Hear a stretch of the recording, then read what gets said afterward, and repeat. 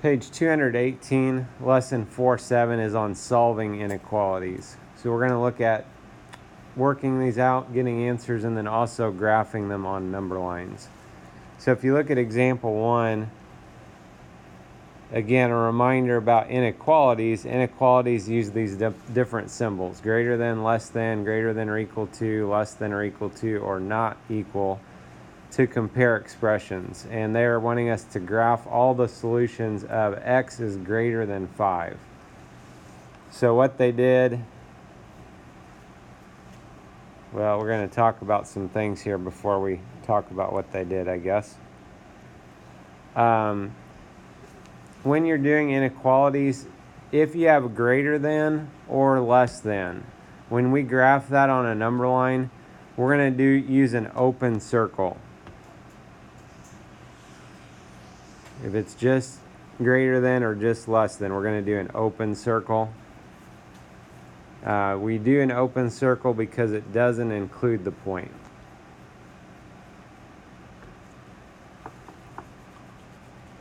So if we're going to graph this, x is greater than 5, it doesn't include 5. So on the number line, we're going to put an open circle. Means it doesn't include 5. And then we're going to think about which direction would be numbers that are greater than 5. Well, you can see on the number line, for example, 7 and 9 are greater than 5. So those work. That means we should be going that direction. A little bit different than what the book's doing is we're going to do our graph above the number line. So probably could do a little bit neater job than that maybe. So open circle at 5. And then we would be going to the right. That would be our answer for x is greater than 5. And the reason on this, you might look at it, you might say, well, why don't we just go ahead and just start at 6 and put a closed circle at 6? So the reason we can't do that is starting at 6 is because there's still numbers between 5 and 6 that are still greater than 5, like 5.5, 5 1/4, 5 1/10. Whatever number you give me and then you say, well, I'll just start there, I can find another number between 5 and your number. Okay, 5 1,000th, 5 1,000,000th, 5 1/10,000,000th. Okay, there's always a number in between there. And so the way we can do this, the only way we can do it is do an open circle and just say, okay, we're not starting at 5, but anything after the 5 is going to be part of our answers. And it mentions here again, we talked about it in the last lesson, but inequalities potentially could have infinitely many solutions, an unlimited number of answers, okay? Sometimes in real life stuff, it doesn't always work that we have an unlimited number of answers, but definitely we have more than one answer generally with inequalities. So on the try it, they want us to graph all the solutions of x is less than 8. So first thing, to graph x is less than 8, we're going to talk about draw a or an blank circle at 8 on the number line. So it could be an open circle or it could be a closed circle. So this would be an open circle. The reason it's going to be an open circle is because it doesn't include the point. So like we said earlier, if you see either greater than, or just less than, you're going to have an open circle. So open circle. The reason I put these above the number line is it's easier to tell where your answer is. It's easier to tell which direction you're going. And then you don't have to sharpen your pencil after every time because you're like trying to make it obvious which direction you're going. Just do it above the number line, then we don't have to worry about it. And then it says 7 and 4 are 2 of the many possible solutions of the inequality. So we're going to shade the solutions to the left or right. And so that, if you look where 7 and 4 are, 7 and 4 are both to the left of that point. And so we're going to shade solutions to the left of our open circle we drew at 8. Okay? So open, left, open would be our filling in the blanks. And then for the graph, we would have an open circle at 8. And it's going to the left. So we go to the left. We put an arrow on the end to show that it keeps going that direction. I don't know what we're talking about here, so I'm going to even assume negative answers would work. Okay? Sometimes in real life problems, negative answers don't work. But this one, we have no idea what they're talking about, so we're just going to keep going to the left forever. So example 2, the barbecue beef dinner entree is the most expensive menu item. Some of the costs of the entrees are shown at the right. What are all the possible costs of the menu items? So we know barbecue beef dinner entree is the most expensive. If you look at the menu, that is $12.25. So what we can say then, all the possible costs, if that's the highest cost, we know all the costs are less than or equal to $12.25. So they just said, let's make menu items, costs of the menu items M. And so M is less than or equal to $12.25. $12.25, that would be in between 12 and 13. They kind of just put a dot in between there. If you want to actually specify it at being $12.25, you can. And again, we could do this above the graph. This time, we're going to be a closed circle.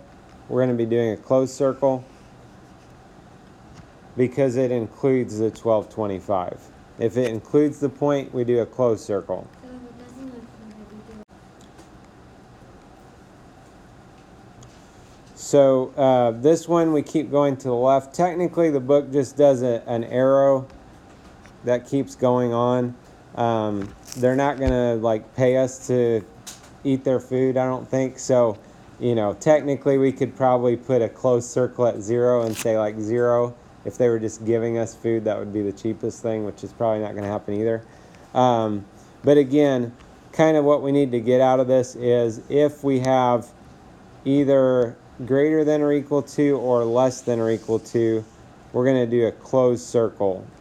Okay, a filled in circle, because it includes that point.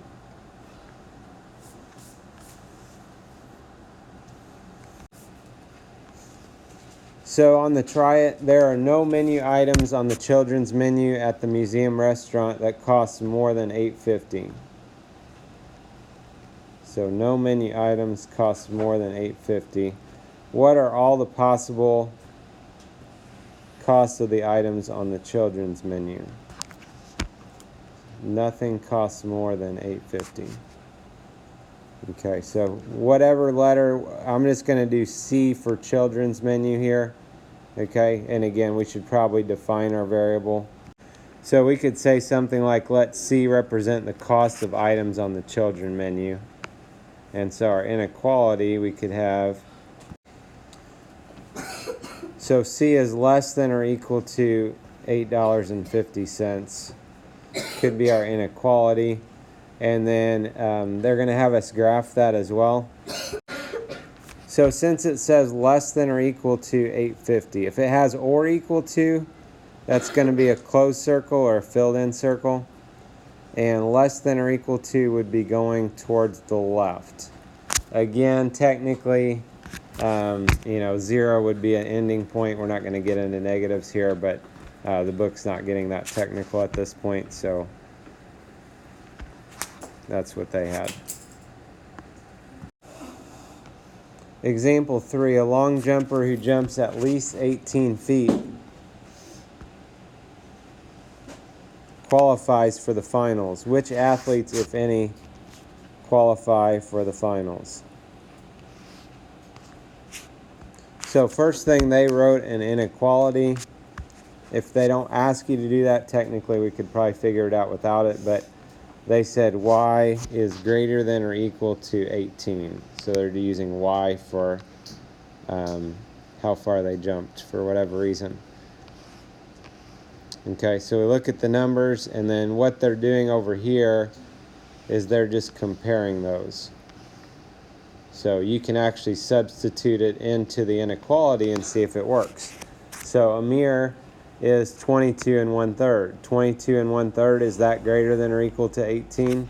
Yes, it's greater than, so that works. So that means he qualifies.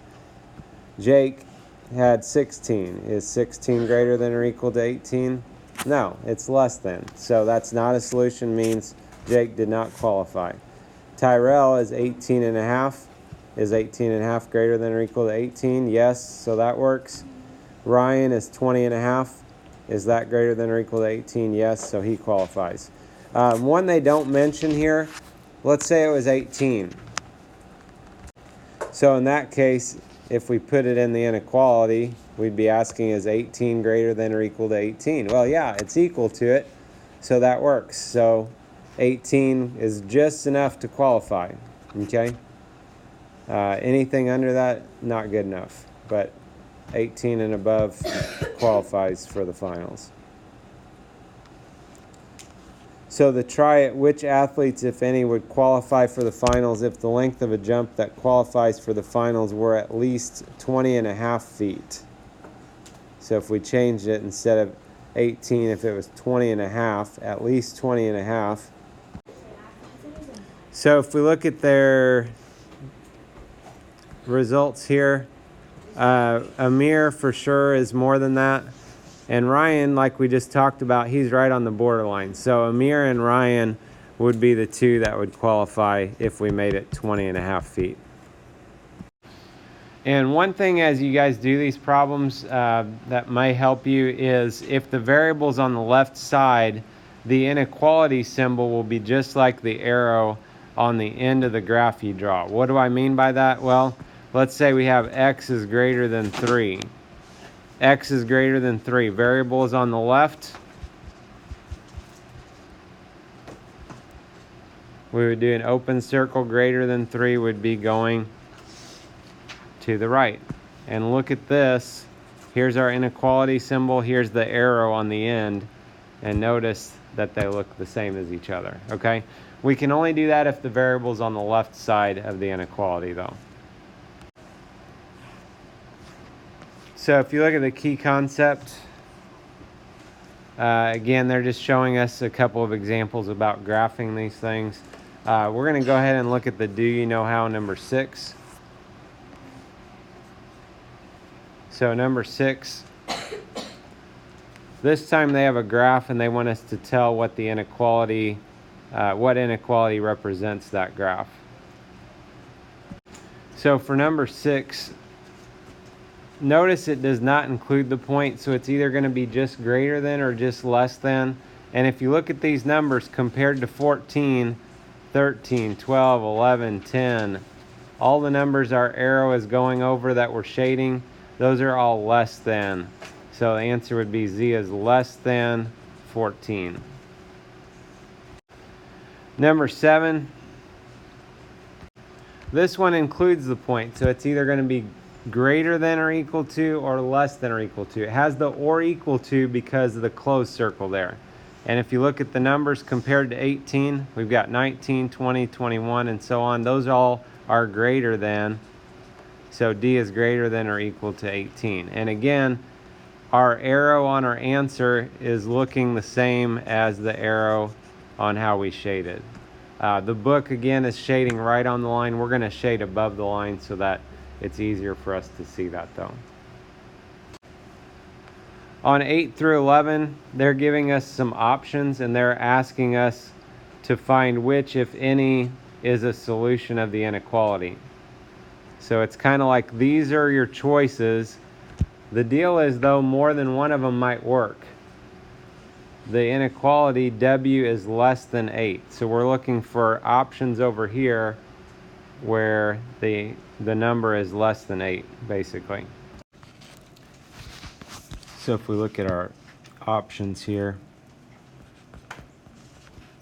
4 3/10, and 5 3/10 would be options. Those are the only ones less than 8.